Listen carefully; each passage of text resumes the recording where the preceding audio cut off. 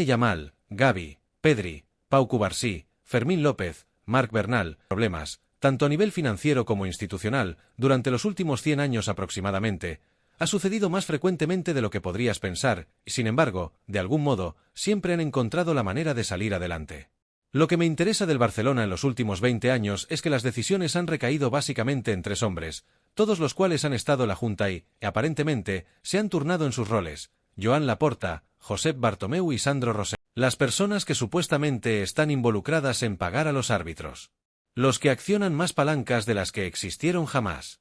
Las mismas personas que forman grupos que lideran motines contra la actual y la anterior dirigencia. Joan Laporta estaba al frente cuando esto sucedió a finales de los 90. Y a juzgar por cómo se ven las cosas, la historia podría estar cerrando el ciclo. Tenemos al Real Madrid, probablemente el modelo de cómo manejar un club de fútbol. Tenemos al Manchester United, que tal vez no sea el mejor ejemplo de éxito deportivo, pero que es un ejemplo de poderío económico. Y luego tenemos al Barcelona, que, a pesar de ser tan prestigioso a nivel internacional, parece nunca ser consistente en ninguno de los dos aspectos. ¿Les proporcionará su nuevo Camp Nou de 1.500 millones de euros el éxito financiero que esperan? Siguiendo el ejemplo de las ganancias récord del Real Madrid impulsadas por la apertura de su nuevo Santiago Bernabéu, hay razones para ser optimistas. El negocio del Barcelona presenta un caso interesante. Hola a todos. Espero sinceramente que estén bien. Soy Tinase. Bienvenidos de nuevo. En este vídeo, quiero enfocarme en la historia de los negocios y el liderazgo del club y detallar a los principales personajes y presidentes que más lo influenciaron, sin siquiera pisar el campo de juego. Si les gusta este tipo de vídeo, hice uno similar sobre el Real Madrid y Florentino Pérez hace un par de meses. Esto habría salido antes, pero estos vídeos llevan tiempo en hacerse. Ahora bien, el Barcelona, a diferencia de la mayoría de los clubes de su tamaño, ha estado marcado por la política y las complicaciones. Para entender hasta qué punto llega esto y por qué es importante saberlo, tendremos que regresar a la década de 1930. 27 trofeos de la Liga, 31 Copas del Rey, 14 Supercopas de España y 5 Champions League, y contando. Barcelona es una potencia histórica, pero se podría argumentar que su identidad tiene un valor significativamente mayor que cualquier trofeo. Son más que un club. Este lema ha sido especialmente importante para el pueblo de Barcelona porque el club, a lo largo de su historia, ha sido un símbolo del nacionalismo catalán, especialmente durante la dictadura de Franco, cuando sirvió como un punto de encuentro para la identidad regional y los valores democráticos. Tras los éxitos iniciales en los años 1900, los principales problemas de Barcelona comenzaron durante la Guerra Civil Española en 1936. Como símbolo de la identidad catalana, el club resistió al régimen de Franco, lo que llevó a enfrentar serias consecuencias bajo su gobierno. En 1936, el presidente del Barça, Josep Sunyol, fue asesinado por soldados de Franco. En 1938, ocurrió el bombardeo de Barcelona por orden de Benito Mussolini, y una de sus bombas cayó sobre el edificio del club. En 1940, la presidencia del club fue reemplazada por funcionarios leales a Franco, y el nombre del club, Fútbol Club Barcelona, fue cambiado al español Club de Fútbol Barcelona para sonar más español y eliminar la bandera catalana. Hubo tragedia, pero, en la historia de la humanidad, el deporte siempre ha actuado como una fuerza que une en tiempos de adversidad. El fútbol continuó. Avanzando hasta los años 50, el Barça entró en un periodo de éxito. 5 Copas del Rey y 4 ligas en ese periodo. Naturalmente, la base de seguidores y los socios del club siguieron creciendo. Pasó de un mínimo histórico de alrededor de 3,500 socios durante la Guerra Civil Española a alrededor de 30,000 en los años 50. Esta creciente popularidad exigió la construcción de un nuevo estadio para acomodar a todos estos aficionados. Y en el 57, el Camp Nou se inauguró, con una capacidad para 90,000 personas. Sin embargo, esta inauguración trajo consigo un problema importante, un periodo de deudas, el primero de muchos. Los costos de construcción del estadio ascendieron a 288 millones de pesetas, aproximadamente 4 veces más que el costo previsto. Los años 60 trajeron una época escasa de éxitos futbolísticos, lo cual no ayudó a reducir el nivel de deuda. Que el Real Madrid se convirtiera en la realeza europea del fútbol tampoco ayudó. Parecía que había luz al final del túnel. ¿Por qué?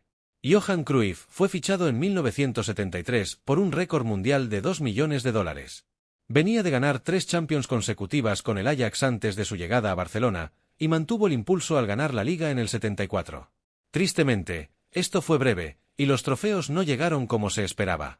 Los fracasos en el campo y los desacuerdos sobre cómo se dirigía el club en cuanto a negociaciones de contratos y reclutamiento, llevaron a Cruyff a creer que el Barça no estaba en las mejores manos. Se fue en el 78. Pero mientras un capítulo cerraba, otro se abría. 1975 trajo la muerte de Francisco Franco, lo cual marcó un nuevo comienzo para España. Este periodo, conocido como la Transición Española, vio la restauración de las instituciones democráticas y la descentralización del poder, lo que permitió una mayor autonomía regional. Palabras elegantes, lo sé, tengo un diccionario. ¿Qué significó esto para el Barcelona? Bueno, finalmente, después de tanto tiempo, se les permitió convertirse en una institución gestionada democráticamente. En 1978, se celebraron las primeras elecciones abiertas. Los temas principales de esta campaña fueron mejorar la situación financiera del club, mejorar su rendimiento deportivo y reducir la interferencia política. Estos eran los objetivos más importantes que buscaban los votantes en un nuevo presidente. Aquí es donde realmente comienza la historia de este vídeo, porque se podría argumentar que nunca han logrado plenamente ninguno de estos objetivos. La elección resultó ser extremadamente reñida. Josep Lluís Núñez emergió como el ganador definitivo con 10,352 votos, frente a los 9,527 de su oponente más cercano. Muy ajustado. Curiosamente, él no tenía ninguna conexión previa con el club. No había sido miembro de la Junta y era visto como un outsider político. Para algunos, esto, junto con su exitosa carrera en el sector inmobiliario, se consideraba la combinación adecuada de experiencia para supervisar los aspectos comerciales del club. Una de las principales preocupaciones de Núñez era expandir la infraestructura del club y su alcance global. Este enfoque a veces chocaba con las expectativas de los aficionados que consideraban la identidad catalana del club como primordial. El Camp Nou fue ampliado, se construyó un estadio para el equipo de reserva y el equipo juvenil, pero, posiblemente, el evento más importante que tuvo lugar durante el mandato de Núñez fue la conversión de la antigua sede social del club en un dormitorio para jóvenes jugadores que no eran de Barcelona en 1979, la Masia. No fue fácil al principio, pero, a pesar de ser uno de sus principales objetivos de campaña, el equipo no ganó mucho a nivel nacional hasta bien entrados los últimos años de los 80. Hubo un par de victorias en la Recopa de Europa, una competición muy respetada, pero la Liga de Campeones seguía siendo inalcanzable. Por encima de todo, uno de los problemas más grandes que prevaleció durante su mandato fue su estilo de liderazgo. A Núñez se le describía como un controlador absoluto. Estaba profundamente involucrado en todos los aspectos del club y no quería que nada sucediera sin que él diera la orden o el visto bueno. Aunque a veces esto fue positivo para ayudar a organizar el Barcelona, también generó fricciones con entrenadores y jugadores.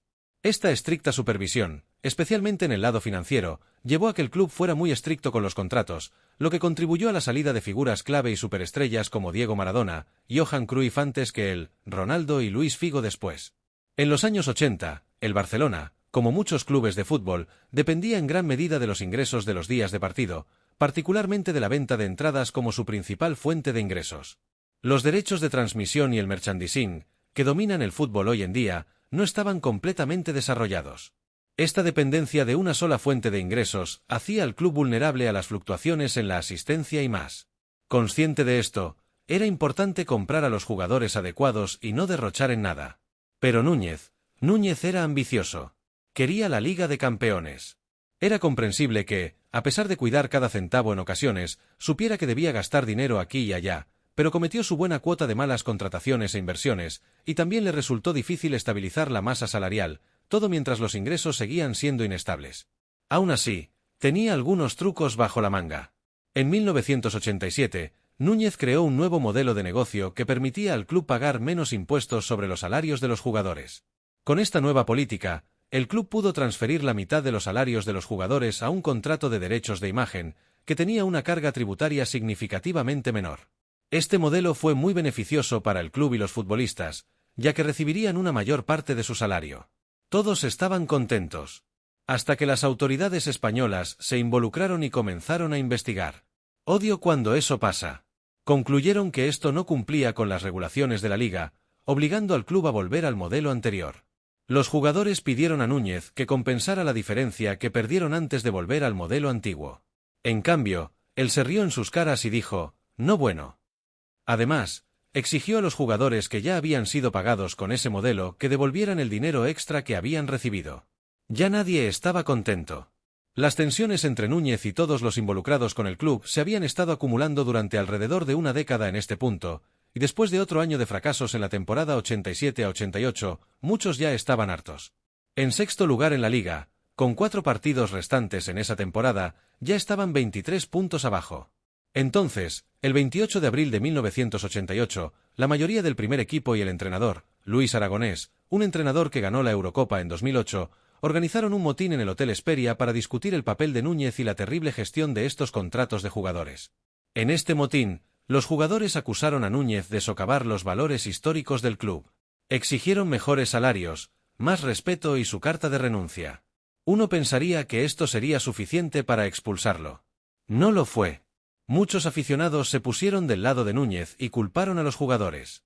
El entrenador fue despedido y a varios jugadores del primer equipo se les permitió rescindir sus contratos. Núñez había ganado la batalla, pero incluso él se dio cuenta de que definitivamente era necesario un cambio. Aquí entra Johan Cruyff en la parte 2. Irónicamente, un hombre que dejó el club como jugador, en gran parte debido a las políticas de Núñez, regresaba ahora para salvar el día como entrenador. Cruyff sentó las bases para un proyecto a largo plazo en Barcelona. Desarrollo juvenil, innovación técnica y una filosofía de juego unificada en todos los niveles del club. Esto resonaba con la ambición de Núñez de establecer al Barcelona como una potencia global del fútbol. Cruyff sentía una fuerte conexión política y amor por Barcelona y la identidad catalana. Incluso nombró a su hijo Jordi, un nombre tradicional catalán. Era exactamente lo que el club necesitaba. Su filosofía de promover el talento local y asegurar que todos los equipos jugaran el mismo estilo de fútbol creó una cantera de jugadores que definirían el éxito del Barcelona durante décadas. Gaspar había sido una figura clave durante toda la presidencia de 22 años de Núñez, y su elección se consideró inicialmente como una continuación de las políticas de Núñez, en cierto sentido. Gaspar tenía grandes ambiciones para el club y quería devolverlo a la senda de las victorias. Ahora tenían dinero, así que procedió a hacer lo contrario de lo que hizo Núñez y persiguió fichajes de alto perfil: Marco Vermars y Emmanuel Petit del Arsenal, Saviola, Giovanni, Juan Riquelme. Esto no produjo los resultados esperados. El Barcelona no logró ganar ningún título importante, y el rendimiento del equipo empeoró. Sorpresa, sorpresa, las acciones de Gaspar pusieron al Barcelona nuevamente en un gran agujero de deuda. El club se volvió extremadamente tóxico, tanto dentro como fuera del campo. El mejor jugador del Barcelona y del planeta en ese momento, Luis Figo, se fue al Real Madrid en el verano del 2000. Figo había sido uno de los favoritos de la afición del Barcelona, conocido por su habilidad, creatividad y compromiso en el campo. Su decisión de irse a Madrid, facilitada por el pago de su cláusula de rescisión, todavía se considera como la traición definitiva. Muy pronto, el mundo estaba a punto de descubrir cómo algunas personas se sentían acerca de esa traición. Real Madrid y Figo llegaron para el Clásico en 2002, y había una sorpresa esperándolos. Los Boixos Nois son un grupo de ultras del Barcelona cuyo nombre se traduce directamente como los chicos locos, y a quienes Gaspar y Núñez parecían apoyar en silencio a la que incluía extorsión, tráfico de drogas e incluso asesinato, se ha asociado con este grupo. Su intenso odio hacia Luis Figo por irse al Real Madrid los llevó a lanzar objetos como botellas, monedas e incluso cuchillos al campo. Pero lo más impactante fue uno de los ultras arrojando una cabeza de cerdo cercenada a Figo. Esta escena manchó gravemente la marca y reputación del club. Luego, Gaspar decidió traer de vuelta a Louis van Gaal para una segunda etapa. Terrible decisión. La primera etapa de Van Gaal fue exitosa en ganar e introducir jugadores como Xavi y Puyol al equipo, pero rara vez coincidía con la mayoría de los jugadores.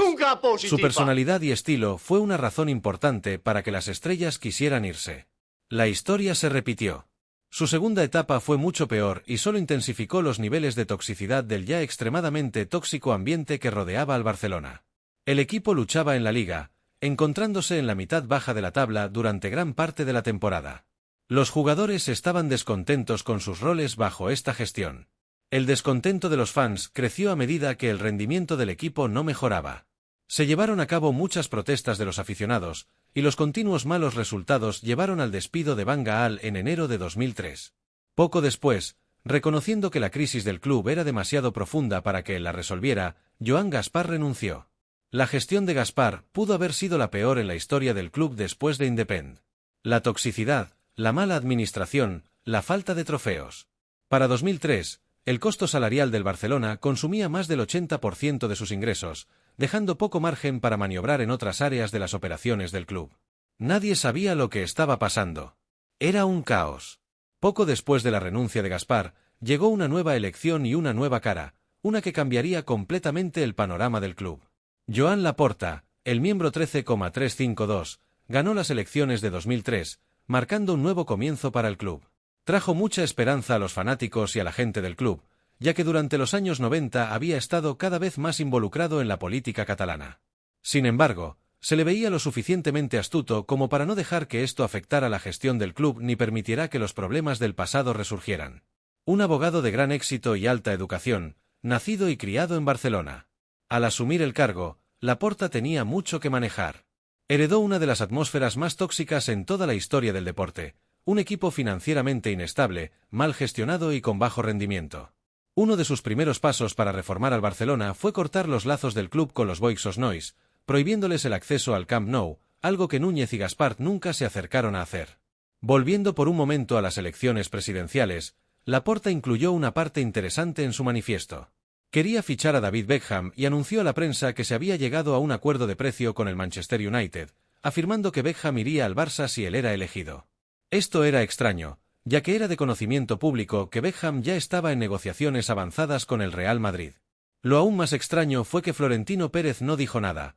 Podría haber desmentido fácilmente los rumores, pero optó por mantenerse en silencio. Esto recordó a una táctica que ya se había visto antes, cuando Pérez, al hacer campaña para ser presidente del Real Madrid, basó gran parte de su campaña en que ficharía a Luis Figo, quien, como recordarán, era jugador del Barcelona. Quizá Laporta intentaba tocar un nervio similar. Sin embargo, no funcionó, ya que, poco después de ser elegido, se anunció que Beckham iría al Madrid, dejando a Laporta en una situación incómoda. No obstante, lo que hizo después fue fichar a un jugador que muchos estarían de acuerdo en que era mucho más adecuado para el Barcelona, Ronaldinho. Pero antes de entrar en eso, debemos reconocer que Laporta tenía problemas mucho más grandes de los que preocuparse que el perder a Beckham. Al asumir, el club estaba en una deuda significativa. Gaspart había causado estragos financieros, y los ingresos del club no reflejaban la magnitud de la institución. En 2003, se informó que los ingresos del Barça eran de 123,4 millones de euros, menos de la mitad de los del Manchester United, por ejemplo. Las pérdidas operativas del club eran de 72 millones. Los años de pérdidas continuas habían dejado al club con una deuda de 186 millones de euros. La amenaza de que algo malo le ocurriera al club era más alta de lo que uno podría imaginar. Laporta se enfocó en estabilizar las finanzas del club. Inmediatamente se dedicó a reducir la nómina, renegoció contratos de jugadores, vendió a jugadores de alto salario pero bajo rendimiento, y se centró en traer talento que se ajustara a una estructura salarial sostenible. También comprendió la necesidad de aumentar las fuentes de ingresos del club y profesionalizó su gestión, convirtiéndolo en una organización comercialmente más astuta. Tanto los ingresos comerciales como los del día de partido aumentaron.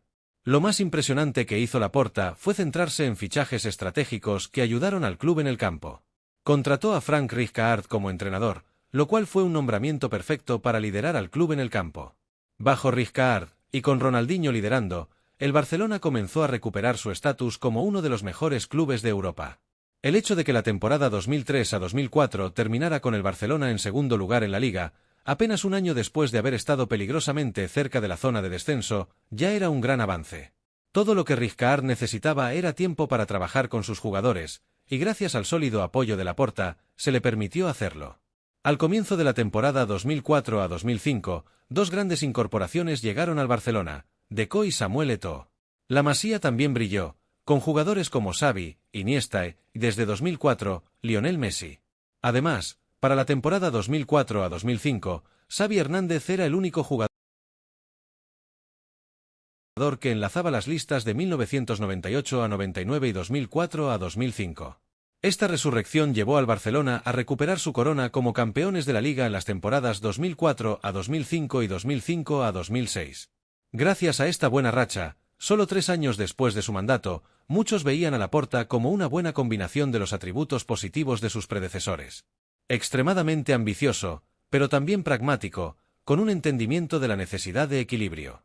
Sin embargo, al igual que quienes le precedieron, su suerte comenzó a desmoronarse rápidamente. Después de meses de confusión e incomodidad, el Barcelona parecía estar desmoronándose lentamente debido a la gestión anterior, un virus global, y mucho más. Lo que necesitaban era una victoria segura, una jugada que simplemente aplastara. Él ha vuelto. En marzo de 2021, Joan Laporta ganó las elecciones presidenciales del FC Barcelona. La campaña de Laporta aprovechó su legado de éxito durante su primera gestión. Prometió restaurar la fortuna del club y ganó las elecciones con una mayoría significativa. Al asumir el cargo, Laporta se enfrentó con la magnitud de la crisis financiera del Barcelona. Era grave. El club tenía más de 1.000 millones de euros en deudas, y una nómina que superaba el 100% de sus ingresos, excediendo con creces las normativas financieras de la liga. La situación era tan mala que el Barcelona no pudo registrar nuevos jugadores bajo el límite salarial de la liga, lo que llevó al evento más desgarrador en la historia del club, la partida de Lionel Messi. Con su contrato terminando, había que renovarlo o dejarlo ir, y como tal. Nadie ha dicho esto último, por cierto. Sea cual sea la razón específica, tenemos fuertes motivos para creer que fue algo financiero. Los informes indican que aún están pagando los salarios diferidos de Messi desde los tiempos de la COVID. El mejor jugador de todos los tiempos, aún posiblemente el mejor en el planeta, dejó el club sin costo alguno. Imaginen cómo se sintieron los fanáticos. Y lo que hizo que esto fuera aún más problemático para el club fue que los informes sugieren que muchos de los contratos de patrocinio a largo plazo de Barcelona dependían de la participación de Messi en sus campañas de marketing. No era una buena situación. Como tuvo que hacer casi 20 años antes, Laporta inició una auditoría completa de las finanzas del club para evaluar la magnitud del daño. Reestructuró la deuda del club, asegurando nuevas líneas de crédito y refinanciando las deudas existentes para evitar la quiebra del club. Esto incluyó la extensión de los plazos de pago y solicitar la reducción de las tasas de interés. La COVID realmente debilitó al club. Antes de la pandemia, los ingresos de día de partido del Barcelona representaban alrededor de 150 millones de euros anuales. Así que esto fue un golpe significativo. Al igual que en 2003, tuvo que negociar con varios jugadores de alto salario para reducir sus salarios. Extender los contratos de varios jugadores veteranos mientras se diferían porciones de sus salarios a una fecha posterior fue un truco ingenioso que antes no había tenido que hacer. Después de darse cuenta de lo mal que estaba la situación para el Barcelona, su reputación se vio afectada cuando impulsó la Superliga Europea. Argumentó que era necesaria para la supervivencia del club. Pero el mundo no lo permitió. Así que necesitaba otra forma de solucionar la deuda de 1.000 millones de euros. Esto incluyó los famosos palancas financieras, vendiendo activos actuales y futuros ingresos de otros activos para inyectar efectivo al club, reducir la deuda y permitir el registro de nuevos jugadores. Hay tantas palancas que han tenido que activar para financiar sus proyectos futuros que probablemente no pueda hablar de todas. Probablemente hayan visto que ofrecen clases de entrenamiento en sus redes sociales o escuchado sobre partidos en el extranjero en EU. Durante la temporada de Liga. Asumo que el Barcelona probablemente hará un par de viajes a Arabia Saudita o Qatar en un futuro cercano. Así que solo mencionaré las palancas más grandes y sustanciales que tuvieron que activar al principio. El Barcelona vendió el 10% de sus derechos de televisión de la liga por los próximos 25 años a la firma de inversión estadounidense Sexto Street por aproximadamente 207,5 millones. Más tarde, en el mismo mes, vendieron un 15% adicional de los derechos de televisión a la misma firma, obteniendo otros 300 millones. El Barcelona vendió una participación del 25% en Barca Studios, la división de creación de contenido digital del club, a Socios Studios por 100 millones de euros. En agosto de 2022, vendieron otro 25% a Orpheus Media por otros 100 millones de euros. Esto no fue una palanca, pero merece mención. En marzo de 2022, el Barcelona anunció un acuerdo de patrocinio histórico con Spotify, que incluyó los derechos para aparecer en el frente de las camisetas de los equipos masculino y femenino, y el renombramiento del Camp Nou al Spotify Camp Nou. Se cree que el acuerdo con Spotify es fundamental. 70 millones por año durante 4 años, uno de los más grandes en la historia del club. Pero avanzando y enfocándonos en las palancas, estas soluciones han recibido grandes críticas. Alivio a corto plazo que podría traer dolor a largo plazo nuevamente. A pesar de todo esto, el Barcelona ha mantenido un nivel notablemente alto. Xavi fue nombrado entrenador en jefe a finales de 2021 y terminó ganando la liga en 22-23. Los valores fundamentales del Barcelona de promover jóvenes talentos de la Masia han sido ejemplares. Esta es su base. Algunos de sus movimientos siguen siendo algo cuestionables. Jugadores de alto perfil como Robert Lewandowski, Ferran Torres, Jules Koundé, Rafinha aún generan críticas. A pesar de que muchos contribuyeron a la victoria en 22-23, todavía hay caos debido a caídas en el rendimiento, una temporada 23-24 menos que ideal, y quizás una dependencia excesiva de jóvenes jugadores que siguen lesionándose. Pero siento que estos factores, en el campo, vienen con la gestión de un club de este tamaño. Depende del liderazgo asegurar que el proyecto completo permanezca intacto. ¿Dónde se encuentra Barcelona ahora? Bueno, están más o menos en la misma posición en la que estaban al inicio de la segunda presidencia de Laporta. Pero, ojo, en 2 o 3 días después de que veas este vídeo, sabes que este club fluctúa, así que las cosas podrían ser diferentes. Dudo mucho que hayamos escuchado lo último sobre las palancas, pero aún están aquí. Siguen ganando partidos, y creo que continuarán haciéndolo. Que creen que el club necesita un cambio completo desde Laporta, Rosell y Bartomeu. Su objetivo es crear conciencia y unir a los aficionados para impulsar un cambio a nivel institucional. Debido a que vivimos en tiempos tan turbulentos, y dado que el Barcelona siempre está a un par de partidos de cambiar su rumbo, reconocen que un voto de censura no es viable en este momento. Aunque dudo que se vayan a ningún lado en el corto plazo. En conclusión, la historia de mala gestión financiera de Barcelona es algo que cada presidente ha tenido que enfrentar. Incluso han sido responsables de ello en cierta medida desde los años 30. Por todo lo bueno que parece que Laporta ha hecho desde que volvió a asumir el cargo, es imposible saber qué tan bien funcionará su estrategia de activar todas estas palancas a largo plazo para el Barcelona. ¿Serán estas decisiones las que hundan al club, o estamos a punto de presenciar una nueva dinastía como la que vimos la primera vez que este hombre llegó al mando? ¿Quién sabe? Y ahí lo tienen. Díganme qué piensan sobre el vídeo más largo que se ha publicado en este canal. Pulgar arriba. Tenemos mucho más por venir. Eso es todo por hoy. Espero que hayan disfrutado. Espero que estén teniendo un gran día. Saludos y nos vemos en el próximo.